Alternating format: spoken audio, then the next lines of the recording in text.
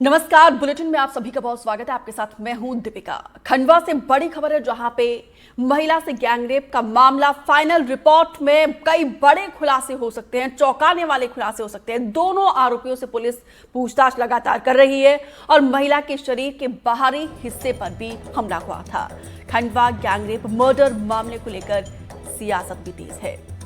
देखिए, महिला के साथ जिस तरीके से हैवानियत हुई है, एक बार फिर से शर्मसार कर देने वाली तस्वीर निकलकर सामने आई है।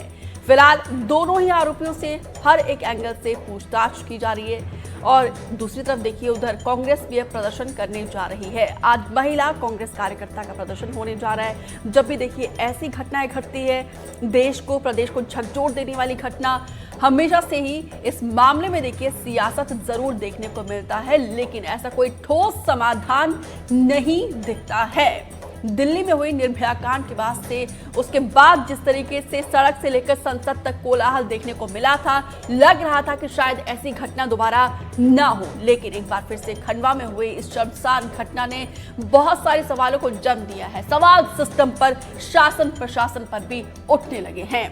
अभी आज देखिए रिपोर्ट आएगा। इस रिपोर्ट के आने के बाद से कई चौंकाने वाले और भी खुलासे हो सकते हैं। तो वहीं दूसरी तरफ कांग्रेस अब प्रदर्शन करने जा रही है। आज महिला कांग्रेस कार्यकर्ता भोपाल में प्रदर्शन करेगी। एमपी की कानून व्यवस्था को लेकर जिस तरीके से लामबंद है, और देखिए कानून व्यवस्था पूरी तरीके से चरमरा गई है, कांग्रेस का ये कहना है।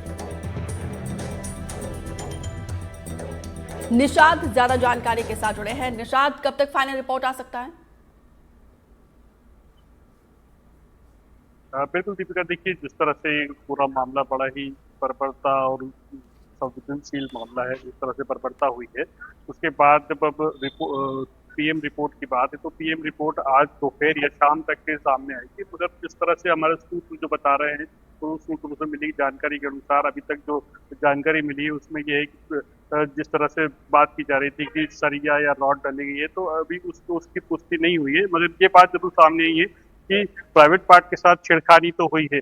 वहां पर जो है या तो हाथ डाला गया या किसी चीज से जो है उसको नुकसान पहुंचाया गया, और नुकसान पहुंचाने के बाद जो है उसमें ब्लीडिंग हुई है और अधिक खून बहने के कारण ही महिला की मौत हुई है।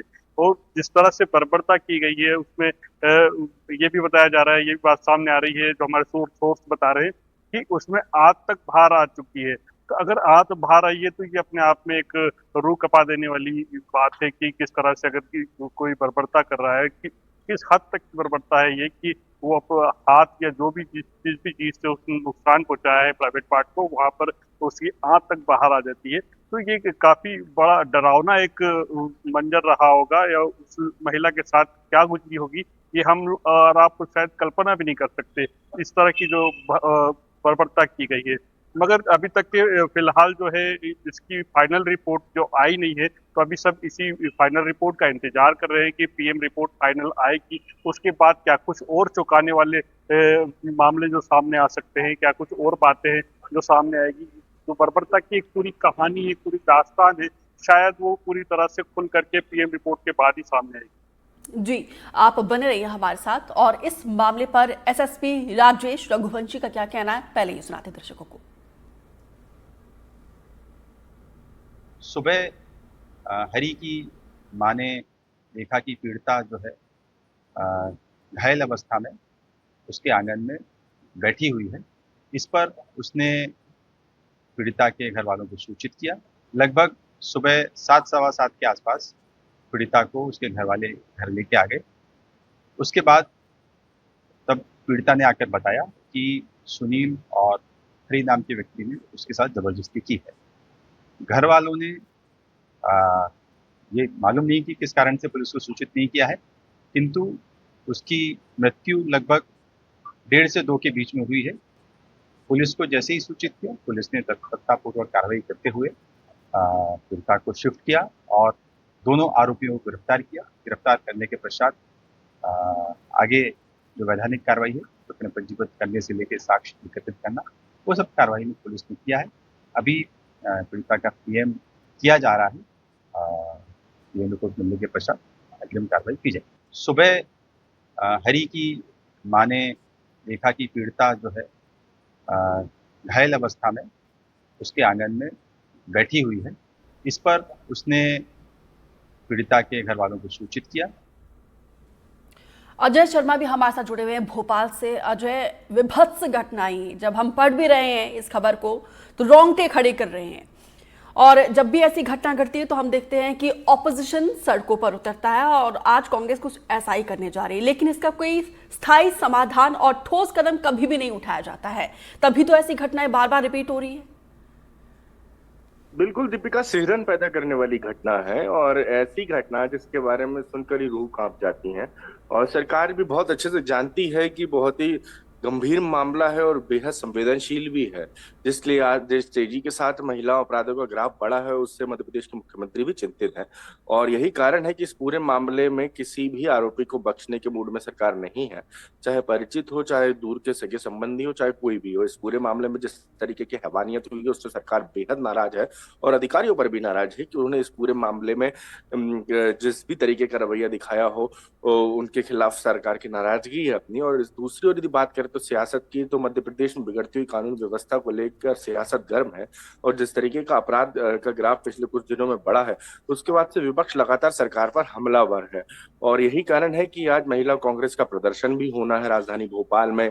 कांग्रेस का एक डेलीगेशन जो है वहां भी जा रहा है, घटना स्थल पर भी जा रहा है जहां ये पूरी घटना हुई थी। इसके अलावा यदि बात करें तो भोपाल पुलिस मुख्यालय ने भी इस पूरे मामले पर रिपोर्ट मांगी है। खुद डीजीपी कैलाश मकवाना ने वहां के तमाम बड़े अधिकारियों से बातचीत की है और घटना का जिस तरीके का क्राइम ऑफ सिनेरियो निकलकर सामने आया है उस पर बात की है कि वाकई ये सिनेरियो है या इसके अलावा भी कोई सिनेरियो हुआ था, या घटना में जिस तरीके का भी पीएम रिपोर्ट का इंतजार है।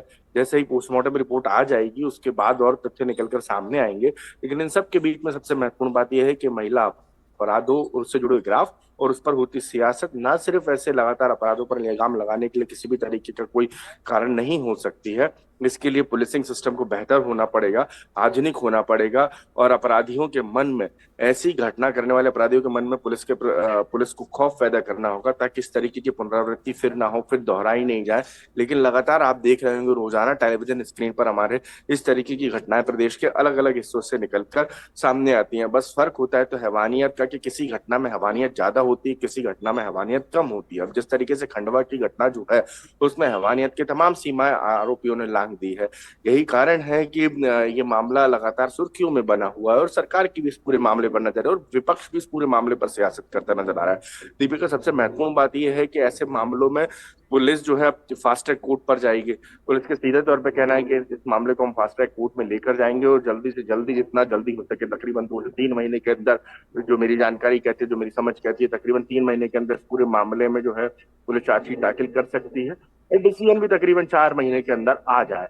ऐसा भोपाल में भी कई मामले हुए हैं जिस तरीके से फास्ट ट्रैक कोर्ट में भी मामले चले हैं तो उनके डिसीजन जल्दी आए हैं ताकि जो पीड़ित परिजन है उनके घावों पर बहुत हद तक मरहम लगेगा। और जो वहां के आला अधिकारियों से हमारी बात हुई है उन्होंने सीधे तौर पे माना है कि वो इस पूरे मामले को जो है रेयरेस्ट ऑफ रेयर में रखेंगे।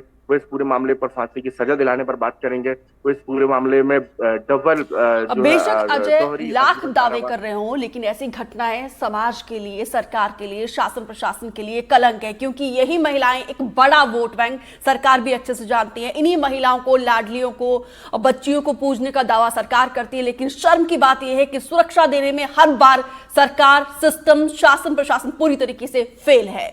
फिलहाल आप दोनों का जानकारी देने के लिए बहुत बहुत शुक्रिया। इसी बीच एक बड़ी खबर का रुख करते बेमित्रा से आ रही है, जहां पे दुष्कर्म का आरोपी गिरफ्तार हुआ है। थाने से फरार हुआ था आरोपी। देवरी गांव से आरोपी को गिरफ्तार किया गया है। आरोपी पर 5,000 रुपए का इनाम था। 5 पुलिसकर्मियों को निलंबित किया गया था। देखिए, ये आरोपी पुलिस की गिरफ्त में था, फरार हुआ था। उसके बाद से पुलिस ने इनाम रखा था इस आरोपी की गिरफ्तारी के लिए 5,000 रुपए का। अब फिर से इस आरोपी को गिरफ्तार कर लिया गया है देवरी गांव से। इंदौर से बड़ी खबर है, जहां पे चौकी धानी के पास बड़ा सड़क हादसा हुआ है। हादसे में आपस में भिड़े हैं 5 वाहन। ट्रक के सामने पिकअप आने के चलते हादसा हुआ है। हादसे में 6 घायल हुए हैं, की हालत गंभीर बनी हुई है। तस्वीरें हम आपको दिखा रहे हैं घटनास्थल की। इंदौर की चौकीधानी की घटना जहां पे भीषण सड़क हादसा पेश आया है। हादसे में आपस में एक नहीं दो नहीं बल्कि देखिए 5 वाहन भिड़ गए हैं। ट्रक के सामने पिकअप आने के चलते हादसा हुआ है। कई लोग घायल हुए हैं, 6 लोग घायल बताए जा रहे हैं। एक की हालत गंभीर बताई जा रही है। तनुश्री ज्यादा जानकारी के साथ जुड़े हैं। तनु, कब की ये घटना है और घायलों की क्या स्थिति है? देखिए, बीती रात की ये घटना है जहां पर इंदौर के चौकीधानी के पास चौकीधानी के पास ये हादसा हुआ है। आपको बता दें कि इसमें तकरीबन 5 गाड़ियां टकराई थी। सबसे पहले ट्रक के सामने एक पिकअप गाड़ी आ गई थी, जिसके बाद ये हादसा हुआ और असंतुलित ट्रक जो है पिकअप को टकराकर सीधे बस में जा भिड़ा, जिसमें 6 लोगों की घायल होने की सूचना प्राप्त हुई थी। हालांकि एक की हालत गंभीर बताई जा रही है फिलहाल, और 2 लोगों को प्रारंभिक उपचार के बाद डिस्चार्ज कर दिया गया है। तनु, घायलों में कितने महिला कितने पुरुष हैं? देखिए, अभी इस बात की जानकारी पुख्ता तौर पे नहीं आ पाई है, क्योंकि अभी सबका उपचार जारी है। हालांकि जो बताया जा रहा है कि इनमें 3 महिलाएं होना बताया जा रहा है, जिनमें एक की हालत अभी गंभीर है। जैसे मैंने आपको पहले बताया कि हालत गंभीर है, इनमें 3 महिलाएं हैं और 2 की जो है प्रारंभिक उपचार करने के बाद उनको डिस्चार्ज कर दिया गया। जी, बहुत बहुत शुक्रिया तनु जानकारी देने के लिए। इसी बीच एक बड़ी खबर का रुख करते हैं मुरैना से आ रहे, जहां पे कांग्रेस नेता राकेश परमार पर जानलेवा हमला किया गया है। शहीद पार्क में बदमाशों ने हथियार से अटैक किया। बदमाशों ने कांग्रेस नेता से मारपीट की है। राकेश परमार को घेर कर हमला किया गया है। जान से मारने की धमकी देकर फरार हुए हैं। पुरानी रंजिश में हमले की आशंका जताई जा रही है। फिलहाल जिला अस्पताल में हॉस्पिटलाइज किया गया है, लेकिन अस्पताल के डॉक्टर पर भी यहाँ पे आरोप लगा है। सुमित परमार, विक्रम परमार, धर्म सिंह परमार, देवा परमार, गोरखा परमार, और 3-4 लोग और थे। ये लट फरसे और बंदूकों से लैस खड़े थे 2-3 लोग, और ये हमला कर रहे थे राकेश भाई साहब पे। बाद एक तो टेरर टैक्स है, दूसरा इसमें एक बात नया आया है कि हमारी 4 में लड़ाई हुई थी, तो हमारी धारा जो 326 बन रही थी वो डॉक्टर गजेंद्र सिंह तोमर के द्वारा उसको शिथिल कर दिया गया, जिसकी शिकायत राकेश भाई साहब ने भी कलेक्टर से की थी परसों। और मेन आरोपी लव परमार, इनकी मिलीभगत से ये हमला किया गया है। दुर्ग से बड़ी खबर है, जहां पे साइबर ठगी के खिलाफ कार्रवाई हुई है। 6 आरोपियों को गिरफ्तार किया गया है। म्यूल अकाउंट मामले में कार्रवाई हुई है। आरोपी अपने नाम से खोलते थे खाता और दूसरे को किराए पर देते थे बैंक खाते। फ्रॉड की राशि का किया गया है ट्रांजैक्शन। बैंक खातों से किया 4 लाख से ज्यादा का ट्रांजैक्शन। बैंक खाता इस्तेमाल करने वालों की तलाश जारी है। दुर्ग जिले में लगातार जो ऑनलाइन फ्रॉड के मामले में जिन खाता धारकों के खातों का यूज हो रहा है और ऑनलाइन ठगी के पैसे ट्रांसफर हो रहे हैं, उन पर कार्यवाही लगातार की जा रही है।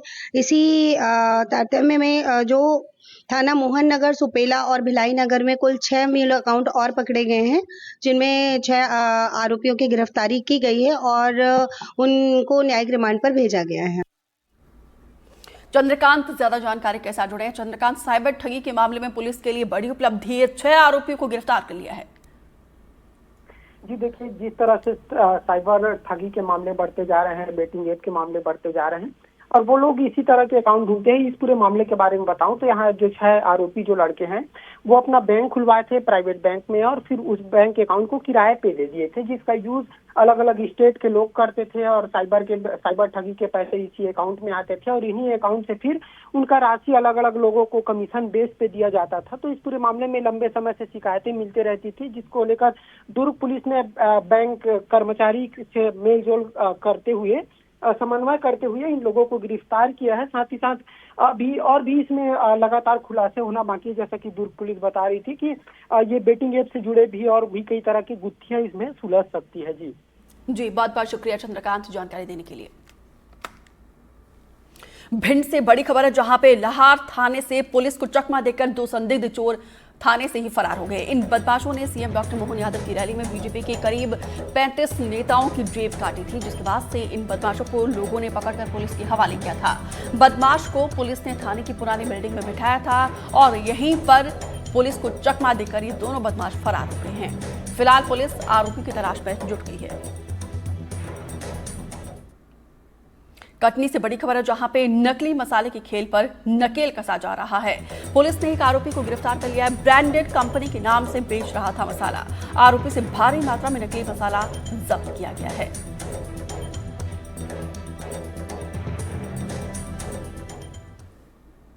उधर श्योपुर में हिट एंड रन का मामला सामने आया है। नशे में धुत कार सवार ने ट्रैक्टर को टक्कर मारी है।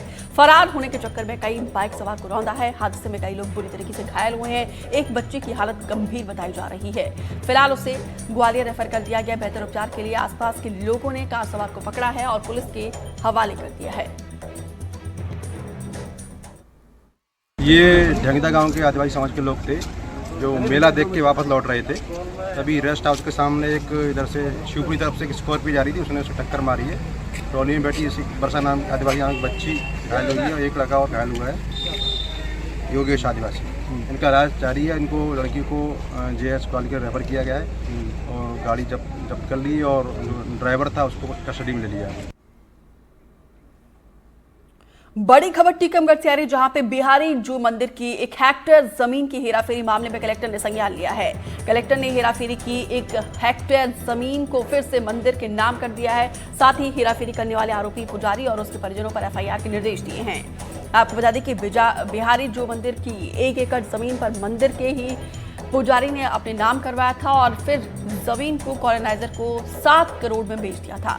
मामले का खुलासा स्वदेश रावत नाम के शख्स ने याचिका दायर की थी, जिसके बाद से ही आरोप सही पाए जाने के बाद से कलेक्टर ने कार्रवाई की है और अब बेची गई जमीन की रजिस्ट्री को रद्द करके मंदिर के नाम कर दिया है। 32, 20, 121, 25, 26 प्रकरण दर्ज किया एवं विस्तृत जांच कराकर 23/5/2025 को आदेश करके उपरोक्त मंदिर की जमीन पुनः बिहारी जू के नाम से दर्ज करने का आदेश पारित किया। जी सर, कौन है जिनके खिलाफ जिनने टूटी रचना की है और सर कितने लोगों पर सर FIR के निर्देश दिए गए? इसमें जो है मुख्य रूप से पुजारी जो थे वृंदावन एवं परमेश्वर दयाल हरिवल्लभ जी, ये मूल रूप से थे। फिर इनके बाद इनके वारिसों का नाम आया और उन्होंने इनके वारिसों ने राजा राम राय को भूमि बेच दी। राजा राम राय ने उपरोक्त भूमि की प्लॉटिंग करके विक्रय किया। मूल रूप से इसमें जो है राजा राम राय ने के द्वारा प्लॉटिंग करना पाया गया है, जिसमें 17 लोगों को प्लॉट विक्रय किए हुए हैं। पहले हमने कुछ ये वर्ष 24 प्रारंभ की। हमने माननीय कलेक्टर साहब को भी एक आवेदन दिया, माननीय भोपाल में भी एक आवेदन दिया और इसके बाद में मैं हाईकोर्ट की शरण में गया। हाईकोर्ट की संज्ञान में मैं बात लाया। हाँ, हाईकोर्ट ने टीकमगढ़ कलेक्टर को आदेशित किया और कलेक्टर साहब ने बड़ा ऐतिहासिक फैसला दिया, जिसमें आज कलेक्टर साहब की भूल क्या फैसला दिया है, क्या फैसला हुआ उसमें? कलेक्टर साहब ने ये पूरी जमीन जो मंदिर के नाम पे थी वापस मंदिर के नाम पे दर्ज कर दी और कलेक्टर साहब स्वयं इसके प्रबंधक हुए। निवाड़ी से बड़ी खबर है, जहां पे पुरानी रंजिश में 2 लोगों पर फायरिंग हुई है। गोली लगने से 2 लोग गंभीर रूप से घायल हुए हैं। झांसी मेडिकल कॉलेज में भर्ती कराया गया। गांव के ही 2 लोगों पर फायरिंग का आरोप लगा है। घटना के बाद से आरोपी मौके से फरार हुए हैं। पुलिस ने एक संदिग्ध को हिरासत में लिया है। फायरिंग के बाद से गाँव में दहशत का माहौल है। आरोपियों का पुराना आपराधिक रिकॉर्ड है। निवाड़ी का बोरेसर गाँव है, जहाँ पे फायरिंग की आवाज से गूंज उठा ये गाँव और जब ये आपसी पुरानी रंजिश बताई जा रही है, जिसने हिंसक रूप ले लिया है। रंजिश के चलते गांव के कुछ लोगों ने 2 लोगों पर फायरिंग कर दी, जिसमें दोनों बुरी तरीके से घायल हो गए।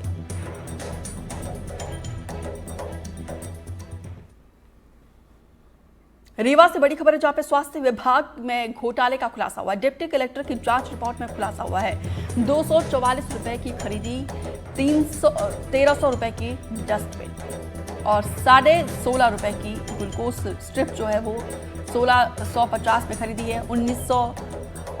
399 की दवा की स्ट्रिप जो है 990 रुपए में खरीदी गई है। 2018 से 2022 तक खरीद में ये हेराफेरी कर दी गई है। हेराफेरी करके 2 करोड़ रुपए का घोटाला किया है। तत्कालीन CMHO कई अधिकारियों पर यह आरोप लगे हैं। स्वास्थ्य विभाग में बड़े घोटाले का ये खुलासा पहली बार नहीं, पहले भी हो चुका है। देखो, जहां देखो, जिधर देखो उधर भ्रष्टाचार ही भ्रष्टाचार है। अभी हाल ही में एक हमको रिपोर्ट मिली स्वास्थ्य विभाग की। 2022 में एक पांडे जी थे, संजीव पांडे डिप्टी कलेक्टर, उन्होंने एक रिपोर्ट बना करके रीवा के कलेक्टर को दे दिया कि स्वास्थ्य विभाग में 2 करोड़ 10 लाख 50 लाख का घोटाला हुआ। वो इस सिद्धम है, उसमें यह नहीं है कि हम विनोद शर्मा आरोप लगा रहे हैं।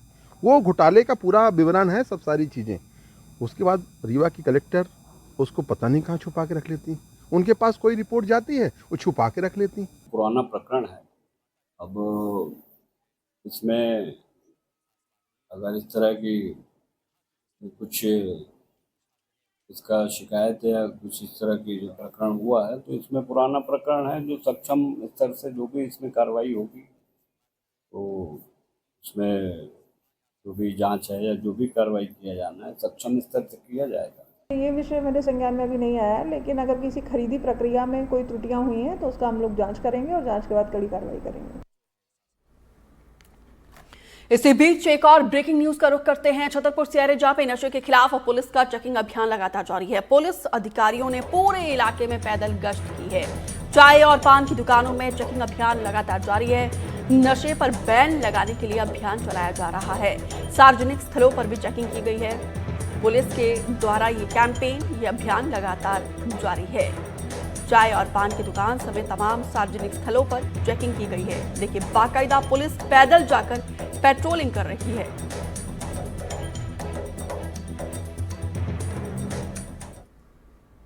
राजस्व मामले में सुधार और सुविधा के लिए सरकार कई तरह की योजना चलाती है ताकि आम लोगों को किसी तरीके की परेशानी न झेलनी पड़े, लेकिन सूरजपुर में प्रशासन ही एक किसान की परेशानियों का कारण बनता हुआ नजर आ रहा है। जी हां, सूरजपुर के देवनगर इलाके में रहने वाला एक किसान बंटवारे के लिए पिछले 4 साल से गुहार लगा रहा है, लेकिन तहसीलदार बदलते रहे, परिस्थिति जस की तस नजर आ रही है।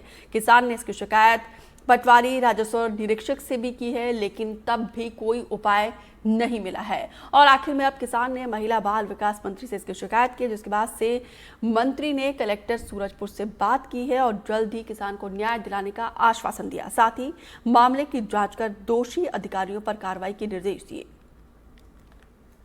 4 साल से हम परेशान हैं, हमारा ज़मीन का कोई सुनाई नहीं हो रहा है।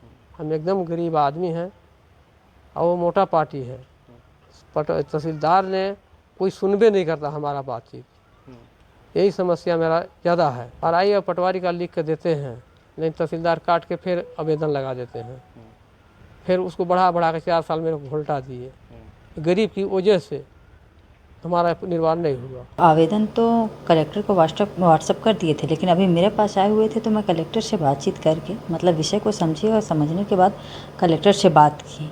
तो कलेक्टर का साफ कहना है कि ये विषय मेरे पास आया है, मैं संबंधित जो अधिकारी हैं उसको विषय को लेके अपने पास बुलाया हूँ। अगर इतना लंबा प्रकरण है, अगर किसी प्रकार की अपील नहीं आई है या कोई कोर्ट नहीं गया हुआ है, कोर्ट नहीं गए हुए हैं, तो निश्चित तौर पे मैं कार्रवाई की मांग की हूँ तो कार्रवाई करेंगे।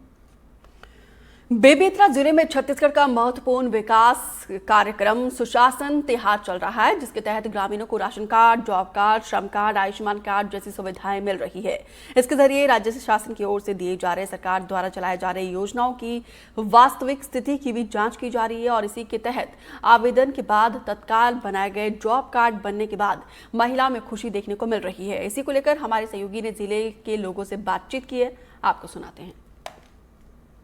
सुशासन तिहार को लेकर लगातार राज्य शासन की ओर से कैंप लगाए जा रहे हैं, शिविर लगाए जा रहे हैं। इस शिविर के माध्यम से कई लोगों को फायदे भी हो रहे हैं, कई लोग परेशान भी हो रहे हैं। एक ऐसी सुखद पहलू हमें देखने को मिला। अब ये देख सकते हैं, मैं इस वक्त खंडसरा में हूँ और यहाँ पर रोजगार कार्ड यानी जॉब कार्ड जो होता है मनरेगा के महात्मा गांधी राष्ट्रीय ग्रामीण रोजगार गारंटी योजना के तहत ये लगातार भटक रहे थे ये महिलाएं, क्योंकि इसके बदौलत वहाँ पे रोजगार मिलता है, गांव में काम मिलता है।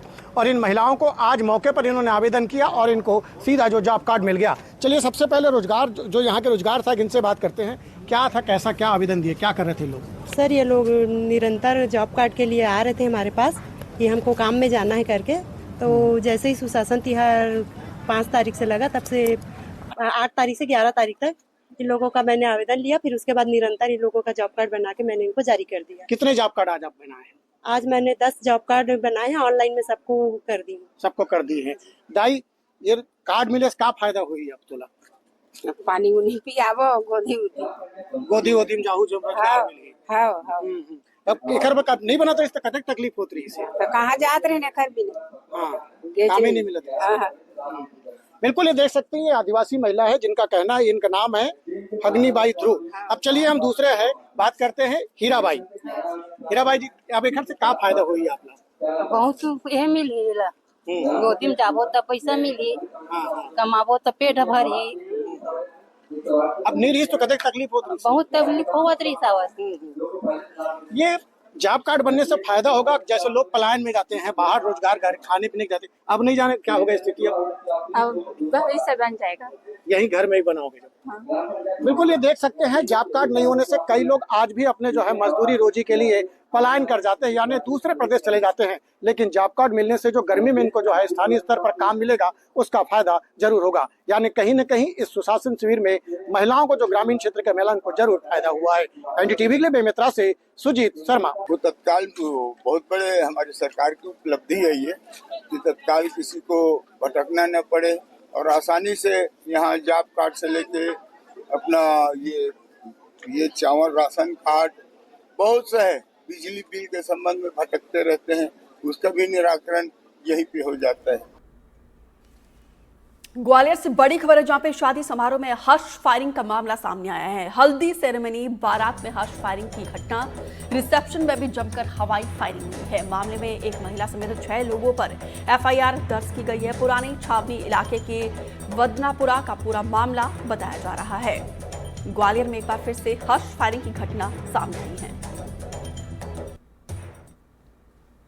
अशोकनगर से खबर है जहां पे खाद की किल्लत पर हंगामा देखने को मिला है। बीजेपी मंडल अध्यक्ष ने आत्मदाह की कोशिश की है। खाद वितरण में गड़बड़ी का आरोप लगाया है। गड़बड़ी से नाराज थे बीजेपी नेता और साथ ही सोसाइटी और निजी दुकानों से हो रहा है वितरण। खाद की किल्लत को लेकर यह हंगामा देखने को मिला है।